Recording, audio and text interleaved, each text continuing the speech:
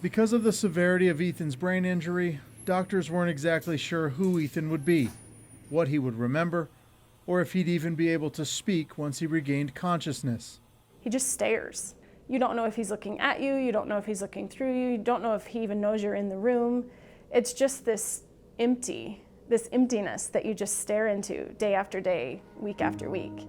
On the morning of September 21st, 2019, as they were eating breakfast, Ethan's nurse came running. She said, "You guys need to get back to the room right now. Right now." He just opened his eyes and said, "Hi, how are you?" I was sprinting down the hall, and when I got to him, there was a nurse standing right beside him that was checking his oxygen and everything going on there. And she said, "Do you know who this is?" And he said, "Mom." And it was very slow, but it was enough. And when he said, "Mom," I was like, okay, if I have to go home like this, I'm good. That's all I needed to hear. Thank you. It's hard to explain the emotion that it's probably the best thing I've ever felt. I mean, even having the kids be born, marrying my wife, it was that best feeling that pretty much trumped it all. The boys won their first game against Riverton, and they brought you the game ball. I'll be excited to let them know what you're doing. Now awake, Ethan's fight continued. Fighting to regain his ability to not only move, but to speak. It'll take some work. Don't try too hard. You just gotta rest. You got nothing but time, buddy. Nothing but time. It's okay. The road ahead was long, filled with many ups and many downs. But it was a road the Ashers embraced with every ounce of their faith. The helicopter pilot was very adamant about us seeing and touching Ethan in the helicopter. We didn't know until the next day that they had us come over because they didn't think he'd make it through the flight.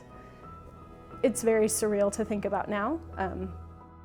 With just his aorta alone, he wasn't supposed to leave the scene. He wasn't supposed to make it to the hospital.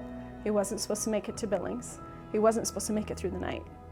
Everything that wasn't supposed to happen, God showed up, which is exactly what we prayed for, that God would just change this story and make it happy. 12, 11, 10, 9, 8. The time course of recovery in Ethan's case was remarkable. Coming in a coma, recovering from that really is miraculous. Woo. Ow, meaning that was hard. Yeah, it was. Yeah, good job. Good job. In early October, the Ashers chose to send Ethan to Craig, a world-renowned neurorehabilitation center in Denver, Colorado. Craig is a different atmosphere than I've ever experienced in my life. And I think a lot of patients and even staff could say that too. There's so much hope that is here, and there's so much drive for getting you the best situation that they possibly can. Did you push yourself all the way back up? I think so. As Ethan continued his journey, his team continued theirs. Looking good, guys, looking good. It was an emotional roller coaster, honestly. There were times where we were doing super good and we had a new quarterback in there stepping up, and there were times where it was hard knowing that he wasn't out on the field winning those games with us, but he was always there, and our mindset was just one game at a time. The same week Ethan arrived in Denver, the Panthers traveled to Cody to face off with their longtime rivals, the Cody Bronx. Hands it off. He's got a block. It didn't go well. Goes into the end zone. Cody rolled the Panthers, winning 38-14. That away. There were things that went on in the middle of the year where we had some setbacks. Way to finish, Geller. Just as far as wins and losses go, we had to beat Green River to make the playoffs. That in itself was a playoff game in the regular season. Going into the playoffs as the 4th seed, I would say that we were underdogs, but you wouldn't have known that going to our practices. Jack's on 2, 1, 2, Jack! Before the games, the excitement that I witnessed, the confidence that I saw, I knew our guys were ready. They would win their first-round game over Lander easily, setting up a rematch with the team who only 3 weeks earlier had beaten the Panthers by more than 3 touchdowns.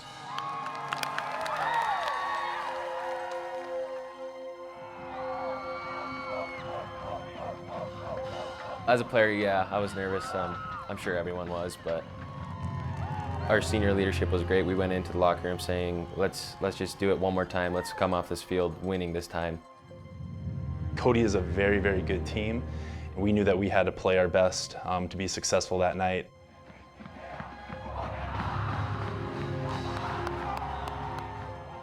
Ethan's passion is football. Ethan played for the love of the game. He played for the love of the Brotherhood. He was determined to go to state. He believes in every play then and every play now. More games are going to be decided in not one play. It's going to take multiple plays for us tonight, all right? Let's make sure we stay together, have some fun, okay?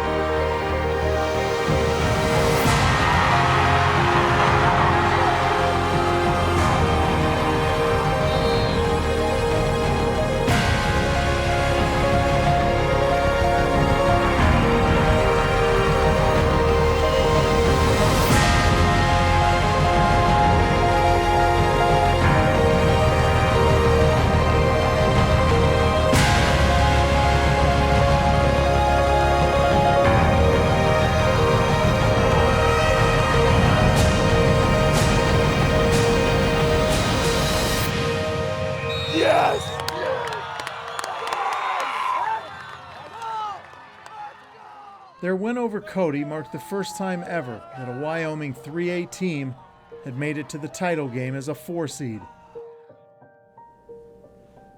Those boys. The day of the accident, those boys all showed up at the hospital. And we have received messages almost daily from somebody on his team that is contacting us and just saying, how's he doing? Look what you guys have done this whole season. This is you. You guys started from the very beginning, and look what you guys have accomplished. Look what you guys are doing, okay? How about that brotherhood? Let's go, let's go! I just want to hug every single one of them. The love that we feel for that team and for them to push through something like this, for them to make it to the state finals, holy fright. That in itself is just this huge accomplishment that they should be so proud of themselves. We made it.